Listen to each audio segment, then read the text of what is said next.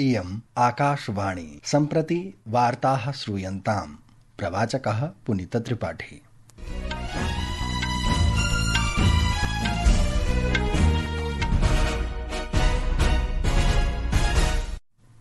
आदौ मुख्याः वार्ताः। प्रधानमन्त्री नरेन्द्र मोदी अद्य जोहान्सबर्ग नगरे G20 शिखरसम्मेलने भागग्रहणाय दक्षिणाफ्रिका देशस्य त्रिदिवसीय यात्रायां सम्प्राप्तवान्। गृहमन्त्री अमित शाह अवदत् यत् गृहमन्त्रालयेन विश्वे BSF इत्यस्याः संस्थायाः आधुनिकीकरणार्थं 5 वर्षीयं लक्ष्यं निर्धारितमस्ति। अद्य केन्द्रसर्वकारेण देशे विद्यमानानां पुरातनां श्रमाधारितानां विधिनियमानां सरलीकरणं सुव्यवस्थितीकरणं च कर्तुं चतुर्णां नूतनानां श्रमसंहितानां कार्यान्वयनस्य घोषणा कृता।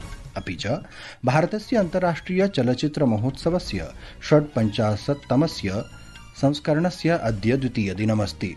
डॉक्टर एल मुरुगनः अन्ताराष्ट्रिय चलच्चित्र सहनिर्मातॄणाम् आह्वानं विहितवान्।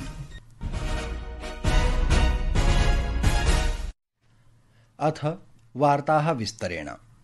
प्रधानमन्त्री नरेन्द्र मोदी अद्य जोहान्सबर्ग नगरे G20 शिखरसम्मेलने भागग्रहणाय दक्षिणाफ्रिका देशस्य त्रिदिवसीय यात्रायां सम्प्राप्तवान्।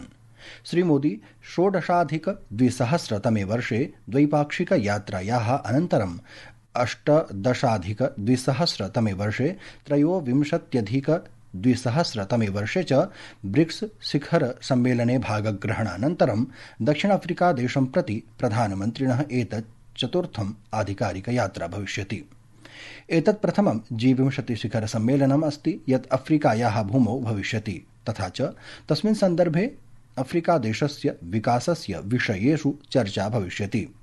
सः अवदत् यत् G20 शिखर सम्मेलनानन्तरं प्रधानमन्त्री भारत, ब्राजील, दक्षिणाफ्रिका IBSA नेतॄणाम् उपवेशनेऽपि भागं ग्रहीष्यति।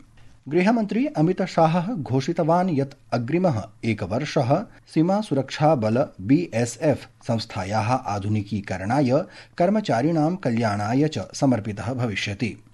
गुजरातस्य भुजनगरे BSF दलस्य हीरकजयन्त्यवसरे गृहमन्त्री अवदत् यत् गृहमन्त्रालयेन विश्वे BSF इत्यस्याः संस्थायाः आधुनिकीकरणार्थं 5 वर्षीयं लक्ष्यं निर्धारितमस्ति।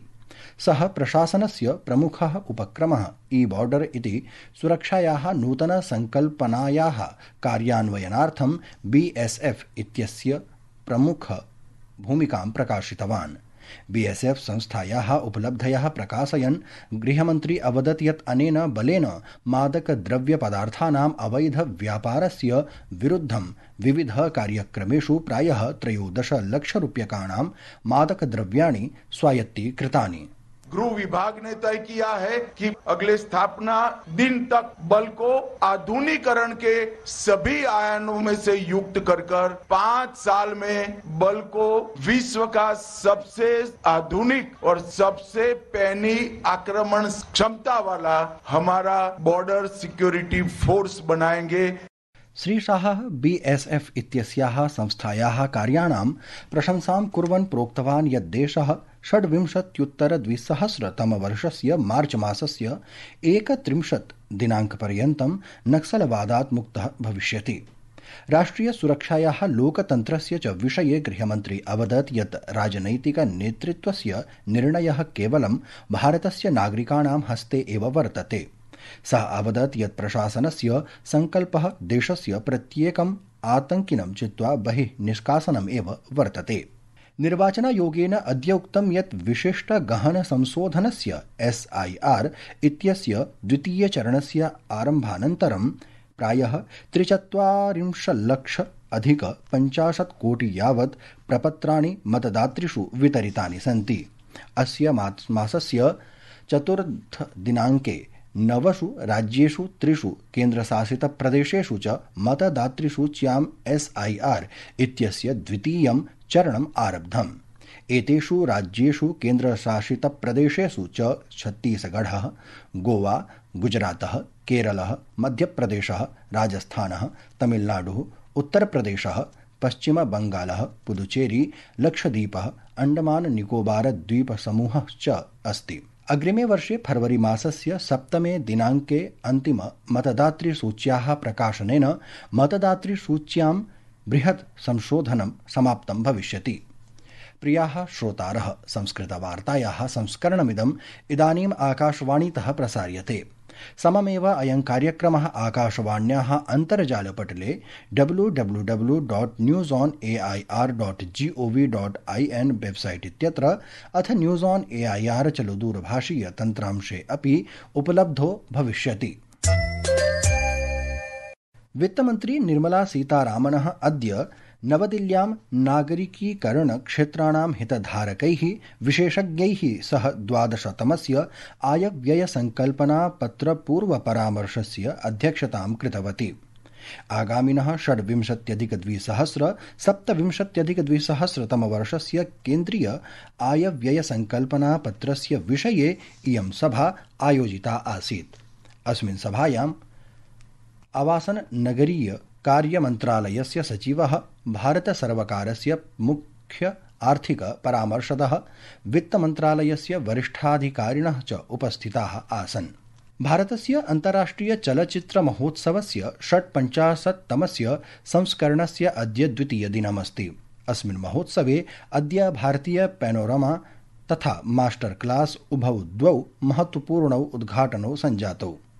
भारतीय पैनोरमा इत्यस्यान्तर्गतं सर्वोत्तमानां भारतीयचलच्चित्राणां प्रदर्शनं भवति। कमलेश मिश्रा इत्यनेन निर्देशितं काकोरी उद्घाटनचलच्चित्रम् आसीत्। अपरतः राजकुमार पेरियस्वामी इत्यनेन निर्देशितं तमिलचलच्चित्रम् आमरण इति उद्घाटनचलच्चित्रम् आसीत्। चलच्चित्र निर्माता मुजफ्फर अली इत्यनेन 1978-ऊनविंशतितमे वर्षे निर्मितस्य गमन इति चलच्चित्रस्य अद्यैव प्रदर्शनं विहितम्। सूचना प्रसारण राज्यमन्त्री डॉक्टर एल मुरुगनः अपि उत्सवे राजदूतानां वर्तुलोत्पीठिकोपवेशनस्य अध्यक्षम् अपि कृतवान्। डॉक्टर एल मुरुगनः अन्ताराष्ट्रिय चलच्चित्र सह निर्मातॄणाम् आवाहनं विहितवान्। सूचना एवं प्रसारण मन्त्रालयस्य सचिवः संजय जाजुः पत्रकारिता मनोरञ्जनयोः उद्योगस्य स्वरूपीकरणार्थम् अन्ताराष्ट्रिय सहकार्यस्य आवाहनं कृतवान्। द्वितीयदिनस्य कार्यक्रमः उत्साहेन सजवं प्रचलति। प्रधानमन्त्रिणा नरेन्द्रमोदिना अद्य देशे 4 श्रमसंहितानां कार्यान्वयनाय सर्वकारस्य प्रशंसा कृता। केन्द्रसर्वकारेण अद्य देशे विद्यमानानां पुरातनां श्रमाधारितानां विधिनियमानां सरलीकरणं सुव्यवस्थितीकरणं च कर्तुं 4 नूतनानां श्रमसंहितानां कार्यान्वयनस्य घोषणा कृता। श्रम वित्तावसर मन्त्री डॉक्टर मनसुख माण्डविय सामाजिकान्तर्जालीय सन्देशमाध्यमेन प्रोक्तवान् यत् नूतनाः श्रमसंहिताः देशस्य कृते उत्तम वृत्तिं, सुरक्षां, सामाजिकसुरक्षां, कल्याणं च सुनिश्चितं करिष्यति। ऊनविंशत्यधिक-द्विसहस्रतमवर्षस्य पारिश्रमिकसंहिता, 20-अधिक-द्विसहस्रतमवर्षस्य औद्योगिकसम्बन्धसंहिता, सामाजिकसुरक्षासंहिता, व्यावसायिकसुरक्षा एवं स्वास्थ्यसंहिता च अद्यारभ्य देशे प्रवर्तन्ते। भाजपेति दलेन उक्तं यत् कांग्रेस दलेन मिशेल बैचलेट इत्यस्मै शान्त्यै, निरस्त्रीकरणाय, विकासाय च 24-अधिक-द्विसहस्रतमवर्षस्य इन्दिरागान्धी पुरस्कारः प्रदानेन प्रत्येकस्य भारतीयस्य नागरिकस्य अपमानं कृतम्। अद्य नवदिल्ल्यां दलस्य मुख्यालये वार्ताहरान् सम्बोधयन् दलस्य प्रवक्ता गौरव भाटिया अवदत् यत् चिलीदेशस्य पूर्वराष्ट्रपतिः मिशेल बैचलेट भारतस्य विषये आलोचनात्मकटिप्पण्यै प्रसिद्धः अस्ति। अद्य यूएई इत्यत्र दुबई वायुप्रदर्शन्यां भारतीयवायुसेनायाः तेजस योद्धृविमानं दुर्घटितम्। भारतीयवायुसेनया कथितं यत् अस्यां घटनायां विमानचालकं प्राणघातकक्षतयः अभवनिति।